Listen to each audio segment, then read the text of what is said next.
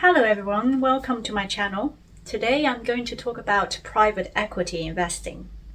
Did you know that a recent academic study found that the top 0.1% wealthiest people between the age of 50 and 54 have on average 80% of their investment portfolio in equity, of which at least 3/4 of that are in private equity.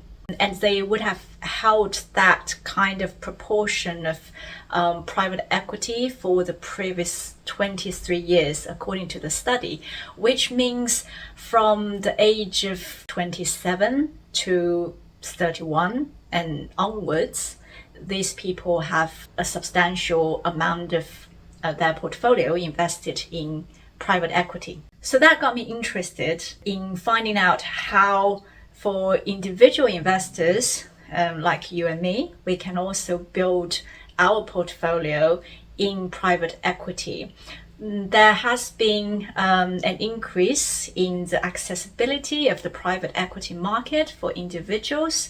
So I've found quite a few platforms potentially that can help individuals to do that.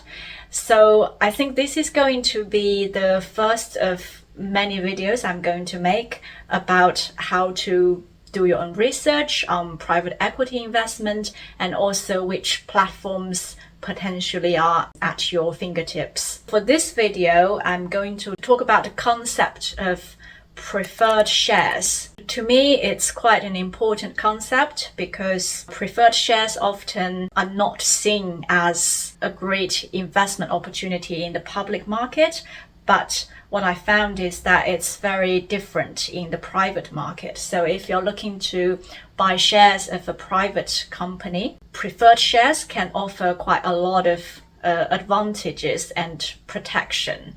So it's definitely worth finding out, and making this video also helps me organize the knowledge I've gained through the research.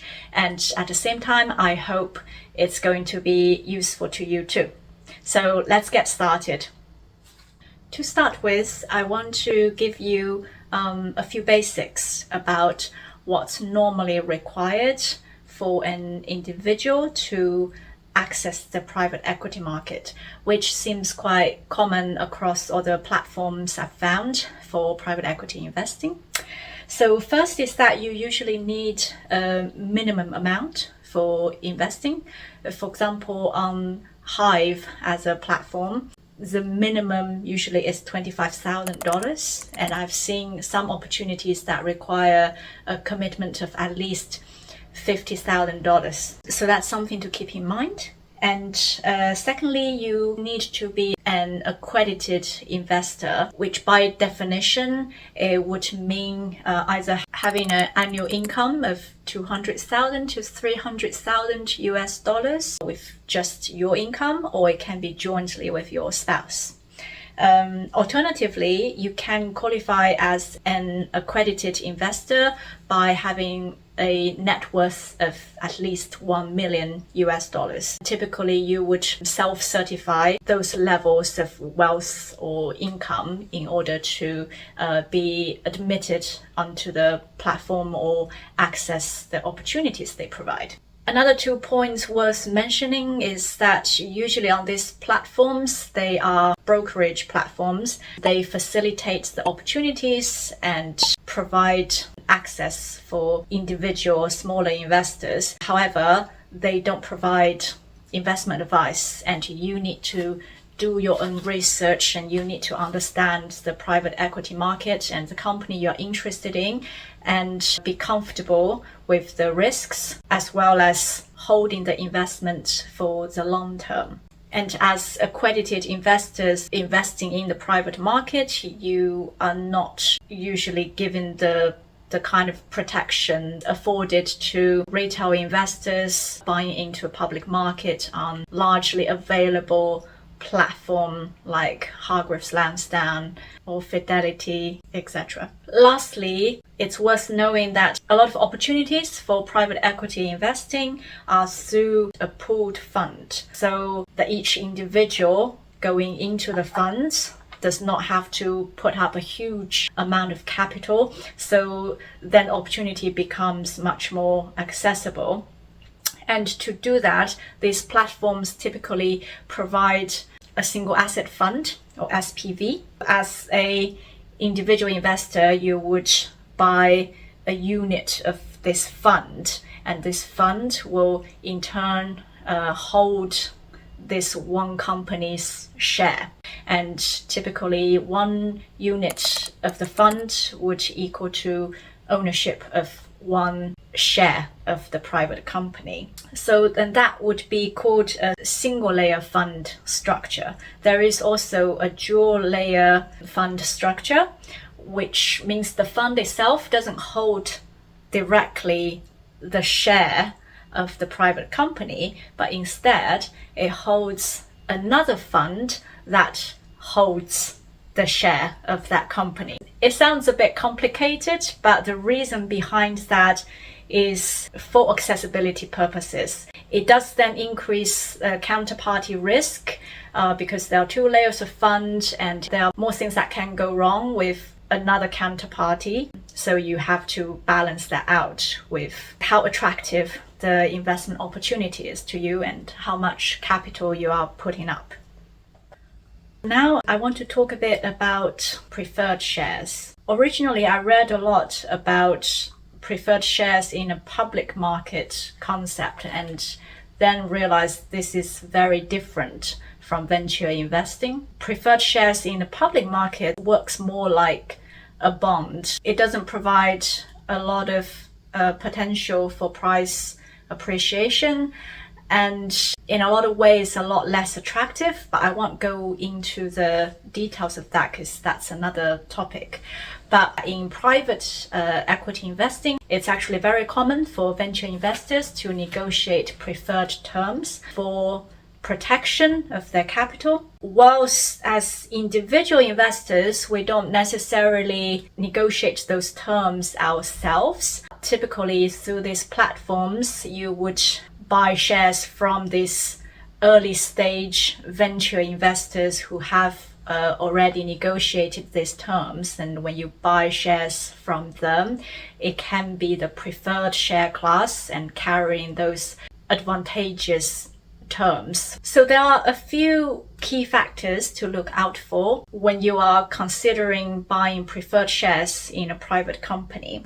I will list them out here, but I will leave the most important one last, purely because there's quite a lot to say about that. First, the preferred shares might have protective terms like anti-dilution protection, which typically involve pro rata right. Pro rata right essentially afford rights to the shareholder to buy more of the company share in the future, so they can keep the same proportion of their holding in the company even when future funding rounds occur. And other protective terms can be voting rights or rights to veto certain corporate actions, like selling the company at a price perhaps you as an investor wouldn't be happy with. So there might be terms like this negotiated by earlier investors as well. It's worth looking into. And next would be the convertibility of your preferred shares.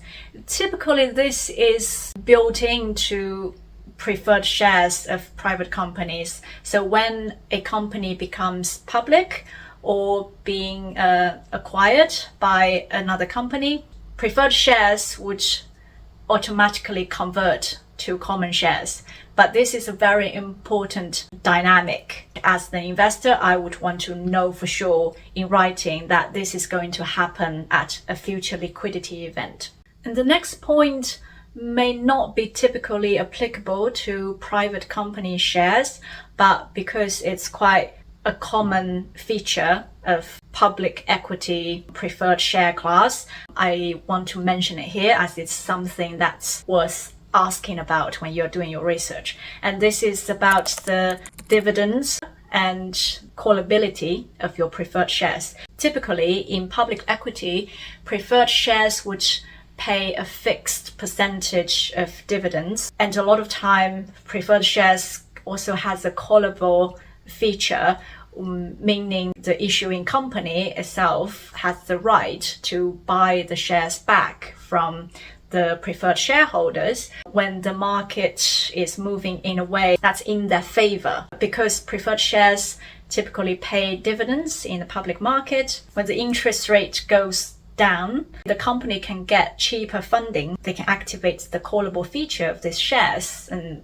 then stop paying the fixed dividend rate, and instead they can get funding elsewhere and then pay less interest. So as I said, these like dividend and callability related feature are not typically applicable to private equity preferred shares, but it's worth bearing that in mind when you are doing your research, because not all preferred shares are created equal. Bearing in mind, these are negotiated by earlier venture investors, and that negotiation can go anywhere. It doesn't always have to follow standard practice. So being a diligent investor, it's worth asking all the questions you can. Okay, and last but not at all least is a very important feature called liquidation preference. This feature affords a large amount of protection for preferred shareholders in private market. Liquidation preference terms are terms that spell out what would happen to an investor's money when a liquidation event happens. So that could be the company being sold at a much higher price than the funds they raised. Or it could mean they are sold for less, meaning if you are only getting back your share of the whole price the company is sold at, you might get less than your original investment. However, if you have a liquidation preference term written in, which is typically 1x, meaning that regardless of how much the company is sold for, you could at least get your original investment back. So you wouldn't lose money in that sense.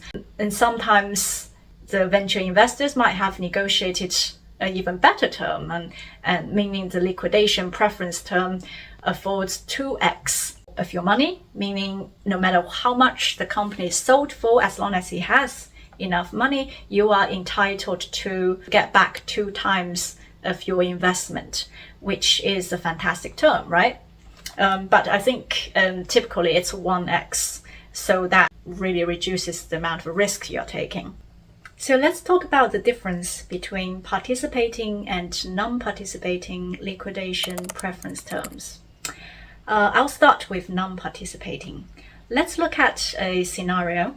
A company had a pre-money valuation of $4 million, and you as an investor invested $1 million, making the post-money valuation of the company $5 million. You now hold 20% stake in this company.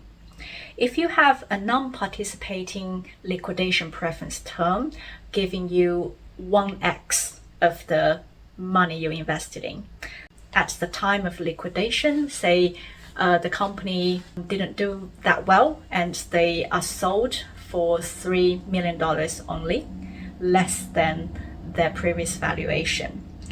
This liquidation preference term will give you your $1 million back, or because it's non-participating, you have another option of taking your stake in the company instead, meaning you would get 20% of the selling price of $3 million, giving you only $600,000.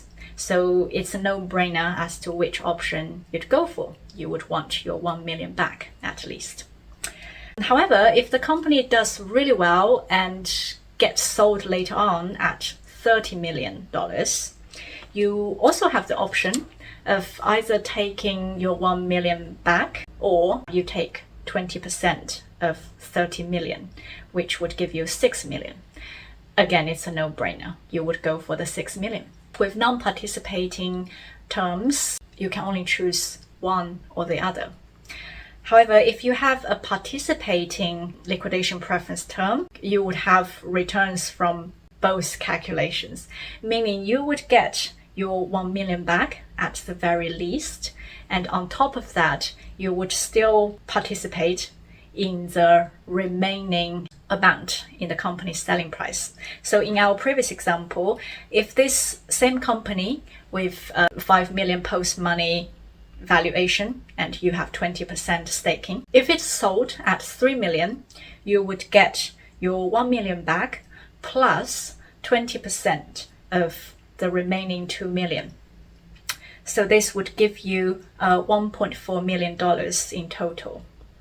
However, if the company is sold for 30 million, then you would get back 1 million of your original money plus 20% of the remaining $29 million, giving you a total of $6.8 million. So if you have participating preference terms, then you would get back $800,000 more in the second scenario. In the first scenario, you would get $400,000 more. So even if the company get less than the funding it has raised, you would still get a very decent return. So these are very good terms, and it's very much worth looking into. That's it for today. Thank you so much for watching. I hope you enjoyed the video. If you find it useful, please give me a thumbs up and subscribe to my channel for more videos like this. I very much look forward to seeing you again next time. Bye for now.